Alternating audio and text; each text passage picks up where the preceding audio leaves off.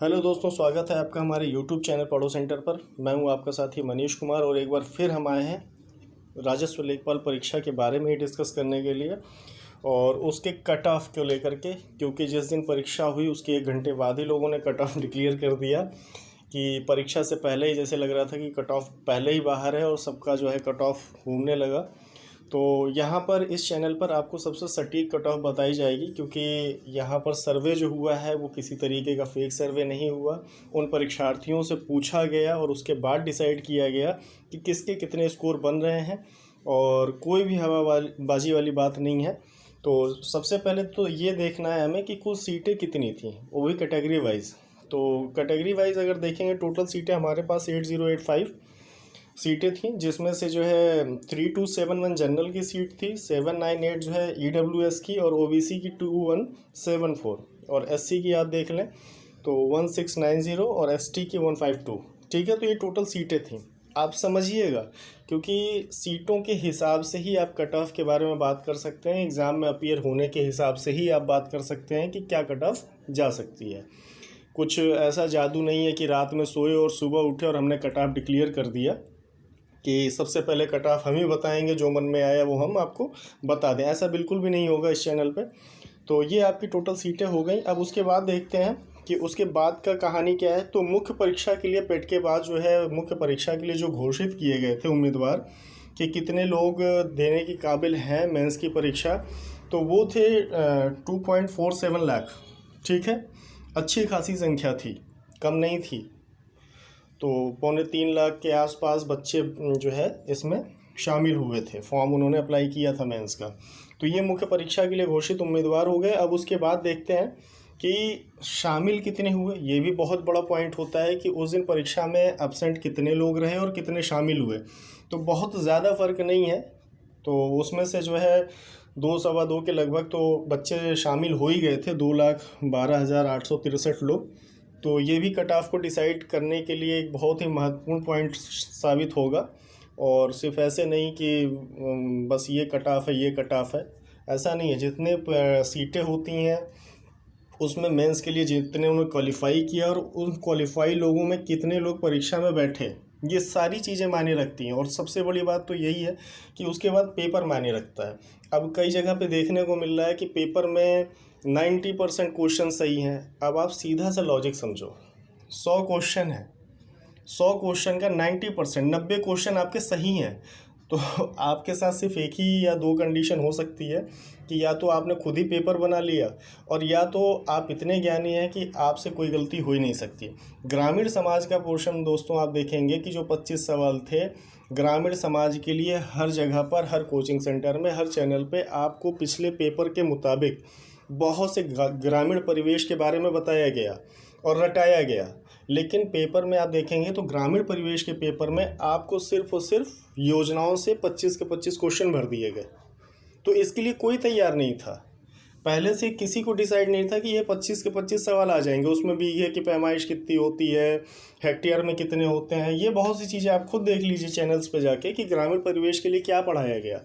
ये जो योजनाओं का सेक्शन है, भारत की योजनाएं और उत्तर प्रदेश की योजनाएं, उसमें वो टॉपिक था ग्रामीण परिवेश में। उस टॉपिक की बहुत ज़्यादा क्लासेस नहीं हुई या फिर लगातार क्लासेस नहीं चली कि यही आएगा। तो उसके बाद ये कह देना कि 90% या 90 क्वेश्चन हमारे सही हैं, तो इन बातों पे आप बिल्कुल भी विश्वास तो ना ही करें। और दूसरी चीज़ कि 25 क्वेश्चन मैथ के हैं, आप कैसे दावा कर सकते हैं कि 25 के 25 हमारे सही हैं। कुछ ह्यूमन एरर नाम की भी चीज़ होती है। और हिंदी और साथ में जीएस 25 के 25 फैक्ट पे जब भी प्रश्न आते हैं, मैंने अपने पिछले आंसर जब बताए हैं तो वीडियो में बताया था कि जब भी फैक्ट से प्रश्न बनते हैं तो उसमें गलतियां होने की चांसेस होते हैं। मैंने ही बहुत से लोग जो मेरे साथ में हैं उनको भी पेपर दिखाया, बाकी जो बच्चे पेपर देने गए उन्होंने भी पेपर के बारे में बताया, ओपिनियन दिया अपना कि सर ये आता था और ये गलत हो गया, पूरा जैसे प्रश्न गलत हो गया, जो कई बार पिछले वर्षों में पूछे जा चुके हैं कई विभिन्न परीक्षाओं में। और अनुच्छेद के प्रश्न गलत हो गए जबकि उनको अच्छे से पता है, प्रेस की स्वतंत्रता गलत हो गई। तो ऐसा नहीं है कि आप सर्वज्ञ, आपको सब पता था, ऐसा नहीं था। अगर आपको सब पता भी होता है तो 1 से 2 क्वेश्चन 3 क्वेश्चन आप मान के चलें कि ह्यूमन एरर हो जाता है। एक बच्चे ने बताया कि उसने जो है पेपर पर तो टिक सही किया और गोला उसने गलत भर दिया, आप उसको अब कंसीडर करें कि नहीं हमारा तो सही है, तो ऐसा नहीं होता है। तो इन चीज़ों का भी ध्यान रखा जाना चाहिए। तो अब देखते हैं कट ऑफ। तो कट ऑफ में आप एक चीज़ मान लीजिए कि कुछ भी कोई कह रहा है, मैं नहीं जानता, मैं कोई गारंटी नहीं ले रहा, लेकिन जो मैंने अपने स्तर पे, जो अपने चैनल से जुड़े लोग हैं, जो साथ में बच्चे हैं जो मुझसे जुड़े हुए हैं, उनसे मैंने उनके पेपर, उनके स्कोर के आधार पे, चूँकि फाइनल आंसर की आ गई है, तो जो मैंने कट ऑफ डिसाइड किया है, और उम्मीद है इसके ऊपर नीचे भी हो सकता है। हालांकि मैं 3 को प्रश्न का मार्जिन लेके चल रहा हूँ कि +-3 हो सकता है, और ये आपका इतना ही जाना चाहिए। तो जनरल का जो है देखा जाए तो 72 +-3, आप इसमें 72 को 3 और जोड़ दें, 75 हो सकता है, या 3 और माइनस कर दें, क्योंकि 80-90 ये बस भेड़ चाल चलते जाना, तो ये क्योंकि नेगेटिव मार्किंग भी थी। जो 90 प्रश्न अपने सही बता रहे हैं, तो क्या पता वो इस चीज़ को ध्यान में ही ना रखे हों कि नेगेटिव मार्किंग भी रही है। 25 क्वेश्चन आपकी ग्रामीण परिवेश के रहे, तो ग्रामीण परिवेश का सेक्शन जो है इतना आसान नहीं था, इतना आसान क्या, आसान था ही नहीं। और पेपर का स्तर जो एक हवा चली बहुत आसान, तो बहुत आसान भी नहीं था, क्योंकि बहुत से बच्चों का मैथ्स का सेक्शन गड़बड़ होता है, जीएस स्ट्रांग होता है, बहुतों का जीएस सही होता है, मैथ्स गड़बड़ होता है। बहुत से इंग्लिश मीडियम के विद्यार्थी इस परीक्षा में बैठे, उनकी हिंदी बहुत अच्छी नहीं थी, जबकि हिंदी का सेक्शन लोग आसान कह रहे हैं, लेकिन क्या पता उनका आसान उनको ना लगा हो, बल्कि वो पेपर अगर 25 क्वेश्चन इंग्लिश ग्रामर और इंग्लिश कंप्रीहेंशन के होते तो उनको वो आसान लग जाता। तो सिर्फ एक के कहने पे बाकी पूरी हवा बना देना, ये आप इसमें बिल्कुल दबाव में मत आइए। जो यहाँ आपको बताया जा रहा है आप उस पर ध्यान दीजिए। तो जनरल का 72 +-3, ओबीसी 72 +-3, और फीमेल्स का ओबीसी, चूँकि ओबीसी जनरल में बहुत ज़्यादा अंतर नहीं रहता है और लगभग स्कोर आसपास ही जाता है, तो आप देख लीजिएगा उसको। तो मैं फ़िलहाल 72 ही मान के चल रहा हूँ, +-3। फीमेल्स का देखेंगे तो 68 +-3 कर लीजिए, और ईडब्ल्यूएस का भी बहुत ज़्यादा मार्जिन नहीं रहता है, और ये 70 +-3। एससी का रहेगा 62 +-3, और एसटी का 60 +-3। +-3 का मतलब अगर एसटी का 60 है तो ये 63 भी हो सकता है, 57 भी हो सकता है।